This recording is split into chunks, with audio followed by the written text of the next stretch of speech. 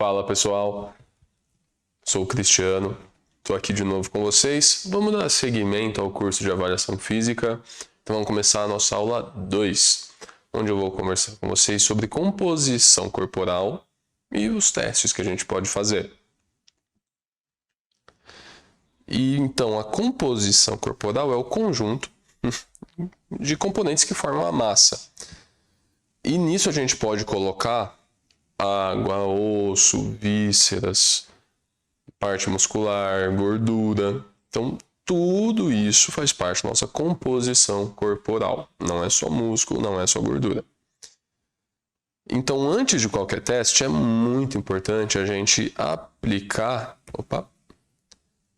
Volta aqui. A gente explicar para essa pessoa a importância desse teste e a gente repetir este teste. Porque um teste isolado, você fez ele uma vez, não tem sentido você fazê-lo se você não vai repetir. Porque você tem que repetir justamente para ver a evolução, para ver a progressão dessa pessoa, ou de repente até a regressão, ela piorou. Porque ela não fez o que você disse, ou porque ela fugiu com relação ao que vocês combinaram. Então é importante essa conversa séria sobre a avaliação que você vai fazer, né? Sobre o teste que você vai fazer. Explicar o objetivo, importante, muito importante. Por que você está fazendo aquilo? Porque não é só você fazer. A pessoa tem que entender o porquê para ela aderir e comprar a sua ideia. E a metodologia, o que vai ser feito, para você não pegar ninguém de surpresa, a pessoa não ficar no escuro com o que você vai fazer. Então, explicar o objetivo do teste, por quê, como você vai fazer e repetir de forma periódica. 1 mês, 1 mês e meio, 2 meses. Depende muito do que você busca e depende muito de cada teste. Vamos falar sobre o IMC primeiro. O IMC, ele é uma referência de estado nutricional, vamos deixar isso bem claro. O IMC não mede composição corporal, tá? O IMC, uma conta básica aqui, ó, ele é o seu peso dividido pela sua altura ao quadrado. Né? Para fazer uma conta básica aqui, vamos fazer uma conta de padaria. Vamos supor, eu, Cristiano, eu tenho 1,90 m, tá? Mas vamos arredonda para 2 metros, só para facilitar a conta. 115 dividido por 2 ao quadrado. 2 vezes 2 é 4. 115 dividido por 4 vai dar 28,75, se eu não estou enganado. Aí 28,75 vai entrar onde aqui, ó? Vai entrar em excesso de peso. Mas esse excesso de peso, ele pode ser, por exemplo, vamos falar de um atleta, de uma pessoa que é forte, né? Um arremessador de peso olímpico. Esse cara pode ter o IMC aqui, ó, na classe de obesidade classe 2. Mas você olha, esse cara, ele é muito musculoso, ele é muito forte. Ele tem concentração de gordura, mas ele tem muito músculo ali. Então o IMC ele não consegue medir a composição. Ele é um estado nutricional. Ele só nos diz se essa pessoa tem uma massa corporal alta ou tem uma massa corporal abaixo do peso normal, né? Como é este caso. Então, vamos entender esses conceitos. IMC é estado nutricional. Para público geral, ele pode ser um norte. Mas se você estiver falando de atletas ou de pessoas treinadas, você tem que entender que ele é só mais um índice dentro dos outros que você tem que ter. Tá? Então, o IMC é estado nutricional. Tá bom? Aí, o que a gente ainda pode avaliar com relação à composição corporal? A gente pode fazer perimetria, né, que a gente mede a circunferência. Perimetria circunferência dos membros. Então, através da perimetria, a gente pode, poxa, eu não tenho adipômetro para fazer uma avaliação, eu não tenho acesso a uma balança de bioimpedância em alguma clínica, até porque, né, esse aqui é o menos acessível. Mas, poxa, eu tenho uma fita métrica, minha mãe gosta de costurar. Então, a perimetria ela é uma ótima pedida para você. Como é algo que não demanda um custo muito alto, e uma fita métrica também numa loja de costura aí você compra baratinho. Você agrega esse valor ao seu serviço. Você mede a cintura, mede quadril, mede braço, mede coxa. Inclusive vai ter parte prática depois, onde eu vou mostrar os pontos que você vai medir. E eu vou medir aqui para vocês verem. E aí, através disso, você tem um parâmetro para comparar. Aí você mede no mês seguinte, poxa, ganhou coxa. Né? Tá treinando direitinho e tal, ganhou. Poxa, perdeu cintura. Interessante. Então, assim, ela não é exata, né? Ela não mede a composição corporal, mas ela mede a perimetria. Ela mede quanto aquilo mede. E, de acordo com os objetivos, você consegue, através disso, ter um parâmetro e conseguir acompanhar a evolução dessa pessoa, acompanhar esse quadro. E é uma coisa de um custo baixíssimo, né? Você também tem as dobras cutâneas, onde também teremos parte prática. As dobras cutâneas a gente pode fazer, tem N adipômetros no mercado, né? Tem adipômetro digital, adipômetro analógico. E eu vou trazer aqui para vocês a parte prática de dobras cutâneas. Eu vou mostrar onde pinça certinho, como que a gente faz a pinça. E através das dobras cutâneas, a gente consegue, através de equações matemáticas, né, dentro de programa, de site, de aplicativo, a gente consegue mensurar quanto de gordura corporal essa pessoa tem.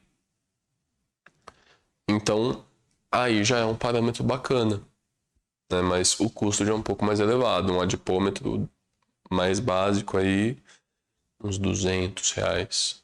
Já gera um custo, mas você agrega valor no seu serviço, certo? E ela consegue estimar pra gente gordura corporal, então ela já traz um dado de composição. Então, percebe que aqui está em ordem do menor custo para o maior custo, mas também está em ordem de menor assertividade para maior assertividade. Porque uma bioimpedância, ela é de uma assertividade tremenda. Ela consegue trazer para a gente dados de composição corporal, de massa muscular, de concentração de água, de densidade óssea, gordura visceral. Justamente por ser uma balança que dispara um estímulo eletromagnético no seu corpo. E isso vai ser medido por ela. Eu vou explicar como. E eu acho que é no próximo slide já. Isso mesmo. Então a bioimpedância ela é um estímulo elétrico de baixa intensidade. Aí como que ela percebe, né, os tecidos do seu corpo? Por velocidade de condução dessa corrente. Então, aonde tem mais gordura, essa corrente passa mais depressa. Né? Num tecido ósseo, um tecido muscular, ela passa de forma mais lenta. Então, através disso, essa balança consegue medir isso pra gente. Né? Ela consegue estimar, né? Deixar claro, ela estima quanto de massa magra, gordura corporal a gente tem, tá? E isso aqui basicamente que eu acabei de falar. E esse aqui é um exemplo de uma balança dessas, de uma balança em body. E faz diferença o tipo da balança. Que tem balança, por exemplo, que ela tem só os pontos do pé. Então, digamos que esse estímulo, até ele chegar na parte superior do tronco, nos braços, ele pode sofrer alterações. Então, tem balanças que tem aqui, ó, os pontos para as mãos também. Essas são as mais precisas, tá? Essas balanças são as mais precisas, que são balanças de 6 pontos, né? 1, 2, aqui, 2 em cada pé, 3 nos dedos. Então essa balança consegue trazer mais precisão pra gente do que uma balança, por exemplo, que tem só os estímulos no pé. Aí aqui as recomendações, né? Seja de uma avaliação por dobras cutâneas, ou seja de uma avaliação para bioimpedância, que é não utilizar medicamentos diuréticos e estimulantes, tá? Nas 12 horas que antecedem o exame. Por que disso? Porque você usou esse estimulante, você vai ter uma alteração na concentração de água no seu corpo. Então, é importante você frisar isso para o seu paciente, para o seu cliente, para o seu aluno, que se você tiver um parâmetro alterado dentro dessa avaliação, isso vai comprometer os resultados do teste, o resultado que ele vai ter no próximo reteste e na sua interpretação.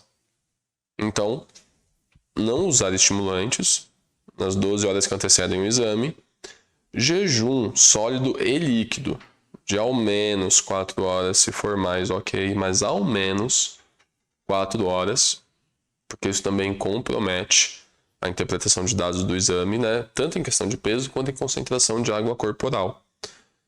Não ingerir bebida alcoólica nas últimas 48 horas, porque a gente sabe, né? As bebidas fermentadas, né? Seja uma cerveja, um chopp, elas têm sódio, e o sódio altera a concentração de água intra e extracelular. E tem bebidas alcoólicas, são caso dos destilados, que eles são metabolizados no fígado e são convertidos em carboidrato. Então, na verdade, todas as bebidas alcoólicas são digeridas no fígado e revertidas em carboidrato na corrente sanguínea. Aí, isso de forma bem simples, né? Então, isso gera alterações no seu exame. Então, como eu falei ali no comecinho, você tem que mostrar para essa pessoa, explicar para ela o porquê desse exame, o objetivo desse exame e por que ela tem que seguir todas essas normas. Que isso vai prejudicar. Se der um resultado alterado agora, no próximo, você vai ter uma falha de interpretação desse exame, desses resultados. Não treinar no dia da avaliação, então ideal fazer essa avaliação antes de treino, pela manhã. Assim, pela manhã é um período que eu indico, porque a pessoa vai ter dormido bem, é mais fácil de estar em jejum e é mais fácil ainda de não ter treinado. Porque o treino acelera o metabolismo. Então ele acelera o metabolismo, a pessoa perde líquido. Então vai alterar a interpretação do exame. E isso aqui no caso da bioimpedância, tá? Retirar todos os adornos metálicos. Como eu falei, é uma corrente eletromagnética de baixíssima intensidade, mas metal ele gera alteração na interpretação desses dados. Então relógio, anel, pulseira, colar, tornozeleira, brinco pode deixar, tá? Brinco não tem necessidade, mas anel, relógio, tira tudo. Todos os adornos metálicos. E por ser um estímulo eletromagnético, mesmo que de baixa intensidade, a bioimpedância ela não é recomendada para gestantes e para portadores de marca-passo. É importante a gente lembrar disso.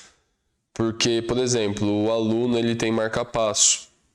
Você não lembrou ou ele não te disse. E ele fez a bioimpedância. E perdeu, né? E esse marca-passo dele fica descompassado. Ele perde ali o ritmo de batida. E essa pessoa com arritmia vai para o hospital. Lembra lá na primeira aula que eu te disse? Sobre imprudência? Né? Nesse caso seria imprudência. Porque você sabe, mas você não se atentou. Então, esteja atento e converse com seu aluno, converse com seu paciente sobre os objetivos, sobre os processos dessas avaliações, tá? Essa imagem não está muito nítida, mas esse é um exemplo de como uma bioimpedância chega para a gente. Aqui ela mostra, né, a quantidade de água corporal, né, dá para a gente ter uma ideia aqui, proteína, minerais, massa de gordura, peso. Aqui, ó, análise músculo-gordura. Isso aqui é em quilos, tá? Peso em quilos, massa muscular em quilos, massa de gordura em quilos. Se tá dentro aqui da casinha normal, se não está, né? Análise de obesidade, traz o IMC, traz percentual de gordura. E por ser uma balança como aquela que eu mostrei, de 6 pontos, essa aqui, ela traz análise de massa magra por segmento. Um braço, tronco, perna e análise de gordura também, ó. Normal, normal, normal, normal, normal. E você ter a periodicidade é importante porque para justamente você ter esses gráficos bonitos aqui, ó, para mostrar para o seu aluno, para mostrar que, poxa, seu percentual de gordura aumentou. Mas por que ele aumentou? Você perdeu massa muscular. Consequentemente, o percentual de gordura ele vai subir. Porque o percentual de gordura não é ele só mede gordura. Ele mede o quanto a gordura tem proporção nesse seu corpo, né? Então a pessoa pode ter mantido o mesmo peso de gordura, mesma massa de gordura. Mas se ela perdeu massa muscular, a proporção dessa gordura no corpo vai ser maior. O percentual. Então, por isso é importante a gente ter em mãos esses dados, né? E nessas balanças de bioimpedância, elas ainda trazem aqui, em cima das avaliações, uma pontuação para a pessoa. Né? No caso aqui, 82 de 100. E sugere aqui, né, um controle de peso. Mas eu digo para vocês desconsiderarem isso aqui. Por quê? Porque o algoritmo da balança leva em conta, como essa sugestão, esse 100% aqui, ó, que está aqui no normal. Então, esse menos 1,6 quilos é o que falta para essa massa de gordura aqui chegar aqui, no 100. E muitas vezes, dependendo do biotipo da pessoa, da genética dessa pessoa, da estrutura corporal dessa pessoa, ela não precise perder esse peso. Talvez ela nem queira perder esse peso. Então, por isso que eu peço vocês desconsiderarem isso. É um algoritmo, né? A gente tem que levar em conta, né, biotipo da pessoa, genética da pessoa, o que ela quer. Então, isso tem que estar bem claro para vocês. Então, uma bioimpedância sai mais ou menos assim. A perimetria, né, como eu falei da bioimpedância primeiro, para a gente já passar por ela, porque ela não tem parte prática. A perimetria, ela vai ter parte prática, assim como as dobras cutâneas, tá bem? Então, a perimetria, ela é a mensuração em centímetros de uma circunferência, né? Com uma fita métrica. Nada de... Ah, Cris, não tenho fita métrica, eu tenho uma trena. Posso improvisar? Não. A textura da trena, ela é diferente. Ela vai dar alteração. E até é desconfortável você medir com trena. Então, não. Pelo amor de Deus. Não vamos improvisar nesse caso, tá? É fita métrica. Se sua mãe não tem, sua avó tem, sua tia tem. Ou se você for comprar numa loja de costura, menos que R$10 você consegue, tá? Aí vamos falar das indicações que a gente tem que fazer na perimetria. Os pontos devem ser marcados previamente, tá bem? Então, para você marcar, você tem que achar o ponto comum.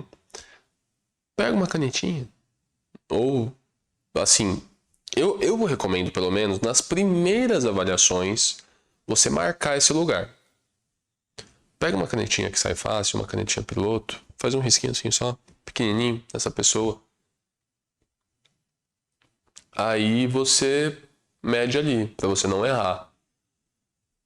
Com o tempo, você vai melhorando isso. E você vai precisar não marcar. Tá? Então, a fita métrica, ela deve contornar o perímetro do segmento corporal, mas aí você toma cuidado. Você não pode apertar a fita. Você também não pode deixar ela frouxa. Então, ela só contorna o perímetro corporal, tá bem? E o zero da fita, ele tem que estar abaixo do valor da leitura. Então, né, eu vou passar a fita. Agora bota a câmera aqui. Você passa a fita, aqui está o zero. E você mede assim, tá? Vocês vão ver lá na parte prática. Eu vou voltar e vou explicar isso aqui direitinho, tá bom? E aqui realizar a leitura em unidades de milímetros, se a fita assim permitir. Se você comprar uma fita de costura, ela vai permitir, tá? E geralmente as fitas métricas têm os milímetros bem definidos. E medir sempre que possível, tá? Com a pele nua. Então, por isso é importante você pedir para essa pessoa ir para essa avaliação, no caso de top, de short, ou os homens de bermuda, de sunga até, sentir a vontade. O ideal é medir na pele, tá? Ou se medir em cima da roupa, na próxima vez que for medir, meça com roupa também. O importante é você ter o mesmo parâmetro, você ter o mesmo padrão. Que se você mediu hoje com roupa, mediu amanhã ou daqui a um mês, desculpa, mediu daqui a um mês sem roupa, é claro que vai dar alteração. Essa medida vai estar menor. Então, se mediu com roupa, nas próximas meça com roupa também, tá? Para ter esse padrão. Mas o ideal é na pele nua. E você tem que realizar a medida de forma frontal, sempre de frente para essa pessoa, tá? Sempre de frente. Nunca de lado, nunca, não. Sempre de frente. Aí, poxa, aí você pode fazer um truquezinho dentro da sala de avaliação da sua clínica ou da academia. Coloca um espelho na parede de trás, que mesmo de frente para a pessoa, você vai estar tendo a visão de trás também. Esse é um truquezinho interessante, tá? Pega a dica do prof. Vamos para os pontos de medição, tá? Aqui no caso do peitoral, é medido na maior circunferência do tórax, tá bom? Que geralmente é na linha mamilar. Isso tanto para homem quanto para mulher. E neste caso, esse sujeito, ele está fazendo uma automedição. Não é o ideal, tá? Essas são imagens aqui só para a gente trazer os pontos de referência. Mas o ideal é outra pessoa estar medindo, porque pode haver alterações, tá bem? Então a medição de tórax é sempre na linha mamilar. Já na cintura, é na menor circunferência do tronco.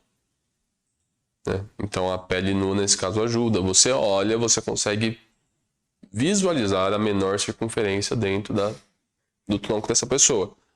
E geralmente é 2 a 3 dedos abaixo da última costela.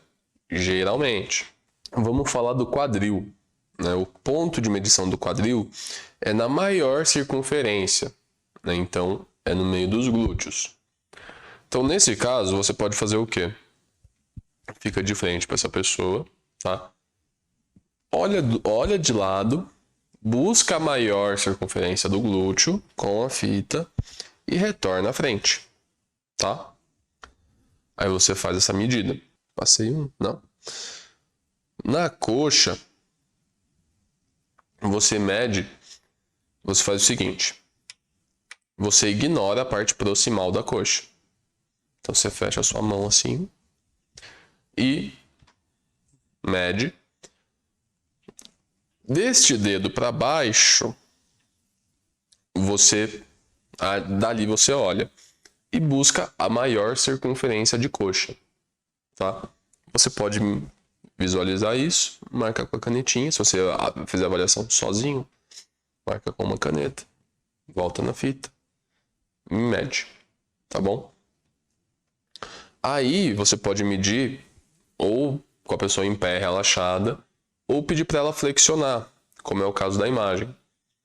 Mas da mesma forma como a avaliação com roupa ou na pele nua, mantenha o padrão, tá? Poxa, mediu dessa pessoa dessa forma. Meça das próximas vezes sempre igual, porque senão você perde parâmetro, tá bom? Na panturrilha, é a maior circunferência de panturrilha, tá? Da mesma forma como na coxa.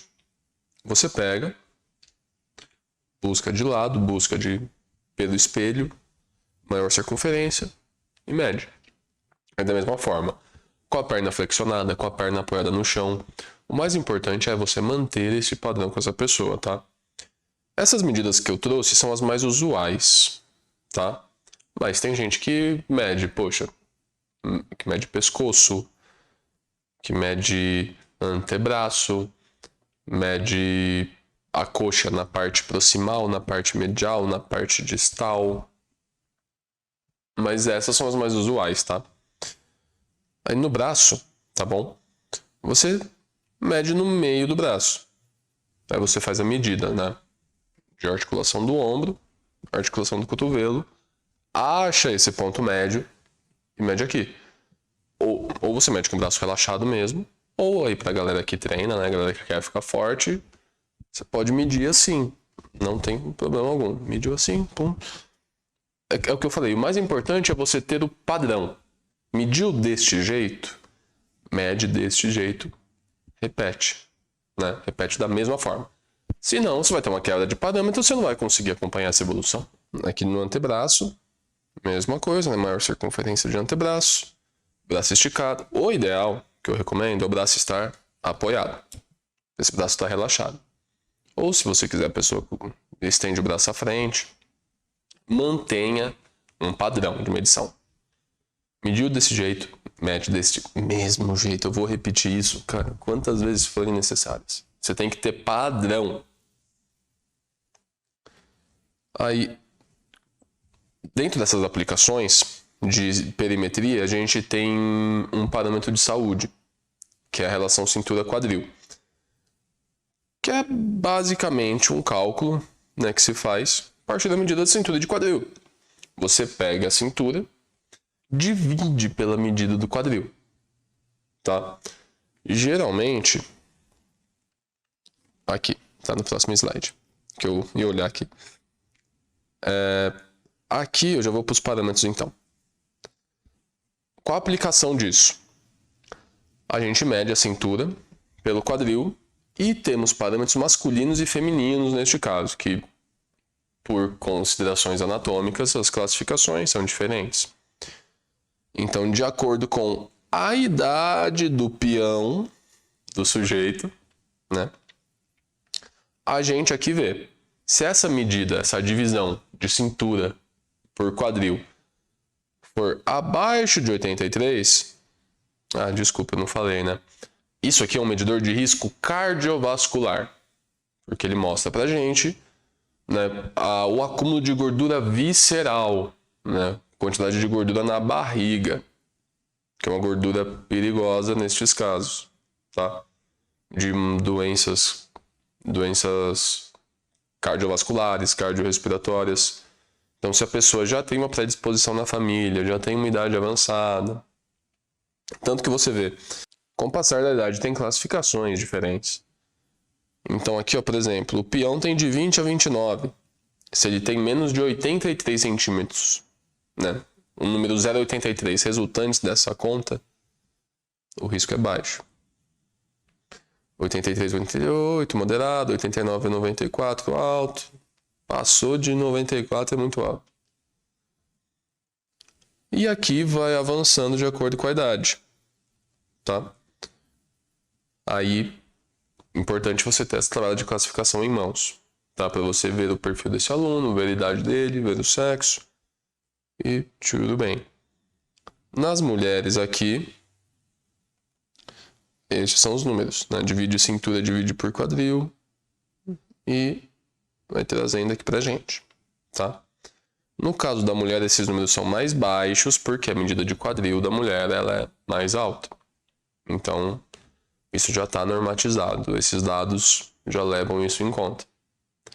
Então, cintura quadril é um medidor de risco cardiovascular. E como eu falei, a trena é um equipamento de custo baixo. Então você viu a quantidade de coisas que você pode fazer com uma trena somente? Quantidade de avaliações que você consegue fazer e trazer o parâmetro para esse aluno. Esse é o mais importante, lembra? De fazer o aluno permanecer, de fazer o cliente permanecer. Aqui você só está dando motivos para ele fazer isso. Então, quais são as aplicações da perimetria? A perimetria, ela consegue fazer com que você, poxa, eu fiz a perimetria, eu medi a coxa direita e a coxa esquerda. A coxa direita é muito maior, você consegue corrigir essa simetria. Ah, a pessoa quer ganhar bunda, a menina quer ganhar bunda. Você conseguiu aumentar a medida de quadril dela. Então, poxa, legal. A pessoa tinha uma relação cintura-quadril elevada, estava um risco alto. Não tá mais. Olha que legal. Quantidade de coisa que você consegue fazer. E você motiva essa pessoa, ela vê o resultado do que você está fazendo, você está avaliando. Essa pessoa vai permanecer com o seu serviço. Então você está agregando valor, agregando qualidade ao seu serviço.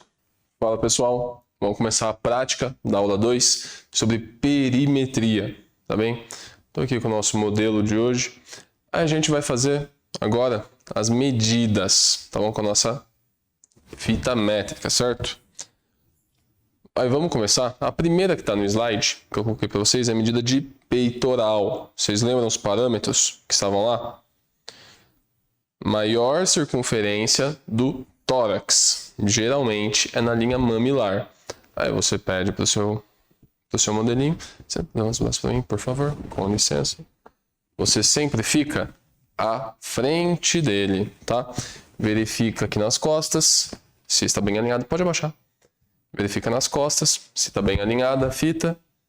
O zero da fita, ele sempre fica abaixo, tá bom? O zero ficou abaixo. Você passou a medida, ó. A fita, ela não aperta, ela não fica frouxa. Eu medi aqui, 91,6, tá? Aí você retira, vem aqui, vamos anotar, ó, 91,6 centímetros de peitoral. Depois do peito, a gente vai para a cintura. Aí vocês lembram lá, cintura é a menor circunferência do tronco. Geralmente, 2 dedos abaixo da última costela. Aí você pede aqui, com licença, mais uma vez, pode abaixar. Visualmente, a gente percebe aqui, tá vendo? Aqui é a menor circunferência do quadril dele. A gente mede aqui mais uma vez, ó, o zero fica por baixo, a fita não aperta o tronco, aí a gente mede, ó, 73,5. Aí a gente tira, vem a nota, não confia na sua cabeça. Ah, vou anotar, depois eu vou... Não. Vai tirando e anotando. Você vai trocar, você vai inverter, você vai esquecer. Isso vai acontecer. Aí, como eu falei na aula, a gente tem que medir com padrão. A medida de quadril, eu vou tirar dele com short. Aí se eu fosse repetir essa avaliação com ele, eu tiraria com short mais uma vez. Eu não faria... Poxa, ele veio de sunga. Não, tem que ser com short. Porque no caso tem 2 camadas de roupa. Aí na próxima que eu for fazer, tem só uma camada de roupa, já vai dar divergência. Então, da forma como foi a primeira, serão as próximas. Certo? Aí a medida de quadril, aí no caso é a maior circunferência, pode ficar com o bracinho reto. É a maior circunferência da linha de quadril. Aí você vem aqui do ladinho, ó. Olha aqui. Tá vendo como a fita tá alta? Eu vou buscar a maior circunferência do glúteo aqui. Ó. A fita aqui tá um pouquinho para baixo. Ó, achei. Eu venho aqui. A fita não aperta. Aqui no caso, ó, 94,6. 94,6. Anotado. Aí na próxima avaliação dele, pedirei para vir de short também. Medida de coxa.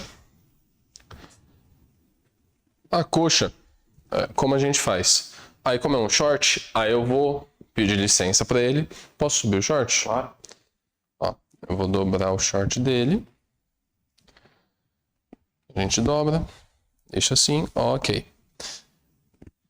Daqui da articulação do quadril, eu meço 1 palmo, tá? Para eu desconsiderar essa parte proximal. Aí a partir daqui, eu acho o ponto médio dentre aqui e a borda superior da patela. Aí a gente pode medir isso.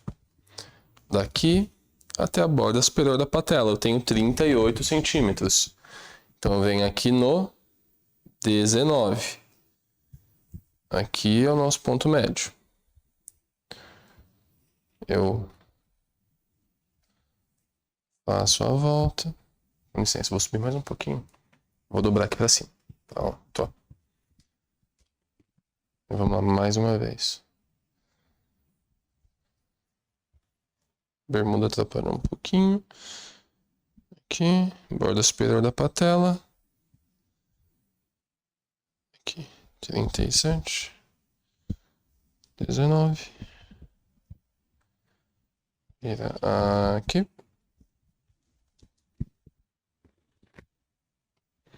Você sempre fica à frente do seu avaliado, tá?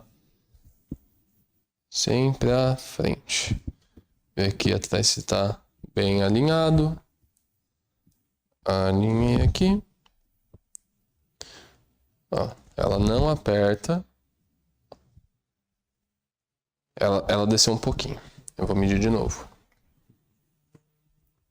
É isso, gente. É fazer.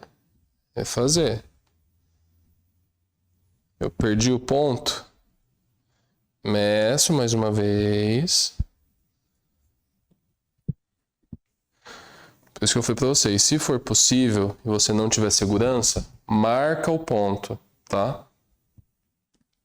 Marca o ponto. Pega uma caneta, pode fazer, não tem problema algum, mas é o que eu falei.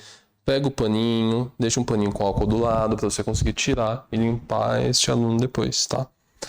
Agora, ó, aqui bateu certinho, 51. Tá? Você verifica a medida, beleza? Tirei a 51. Aí, se eu quisesse, eu poderia medir a coxa esquerda dele. Quero ver se tem alguma assimetria. Aí você faz isso, tá? Repete o procedimento do outro lado. Aqui, como é só para mostrar para vocês como faço essa avaliação, eu vou fazer somente de um lado, tá? Agora a gente vai para a panturrilha. A panturrilha, ela é mais fácil que a coxa. A gente viu maior circunferência de peito, menor de cintura, maior de quadril. Na panturrilha é a mesma coisa. Daqui, ó, eu vou visualizar, vou buscar a maior circunferência da panturrilha dele e vou medir. Aqui deu 35,9, tá? 35,9. Vamos medir o bíceps. Vai ficar com o bracinho assim, ó, posição anatômica, normal. Aí, relaxado mesmo. Relaxado, isso. E no bíceps também, maior circunferência visual. Aí aquilo que eu falei para vocês. Pode medir relaxado, ou você pode pedir para ele fazer assim. Pode fazer. Fica mais fácil da gente visualizar essa maior circunferência. Vamos medir assim, que ele é um cara que quer ficar forte. Então essa medida é importante. A gente medir o muque. Visualmente, maior circunferência de bíceps. Aqui a gente tem, ó, dá pra ver no detalhe, 33,7. Pode relaxar. 33,7. A gente mede o antebraço também. Pode só fazer assim. Pode abaixar um pouquinho só para eles verem. E visualmente, maior circunferência de antebraço também. No caso aqui,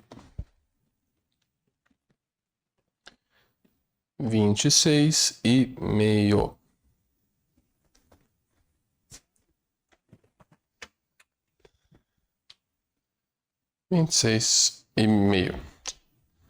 Certo? Aí, se a gente quisesse fazer a conta da relação cintura-quadril, que eu falei para vocês. Fazendo as contas dele, a medida de cintura dividido pela medida de quadril deu 0,77. O que já mostra pra gente que pela relação cintura-quadril, ela não deve ser avaliada sozinha, mas por este parâmetro, o risco cardiovascular dele é baixo. Por quê? Porque a divisão deu 0,77, né? Não chegou nem perto de 0,9, 0,95 ou de 1. Então, quanto menor a cintura em relação ao quadril, menor é o risco cardiovascular. Então, essa é a nossa primeira implicação da perimetria. Aí, o restante dessas medidas, elas teriam uma valia se eu medisse um lado e outro, para eu identificar possíveis assimetrias, ou numa segunda avaliação. É o que eu falei para vocês. A gente tem que avaliar e reavaliar. Porque aí sim eu vou ter um parâmetro, um comparativo para ver a evolução dele, para ver o progresso dele. Tá bem? Eu espero que vocês tenham gostado dessa aula. Muito obrigado pela atenção de vocês. Espero ter ajudado e até a próxima.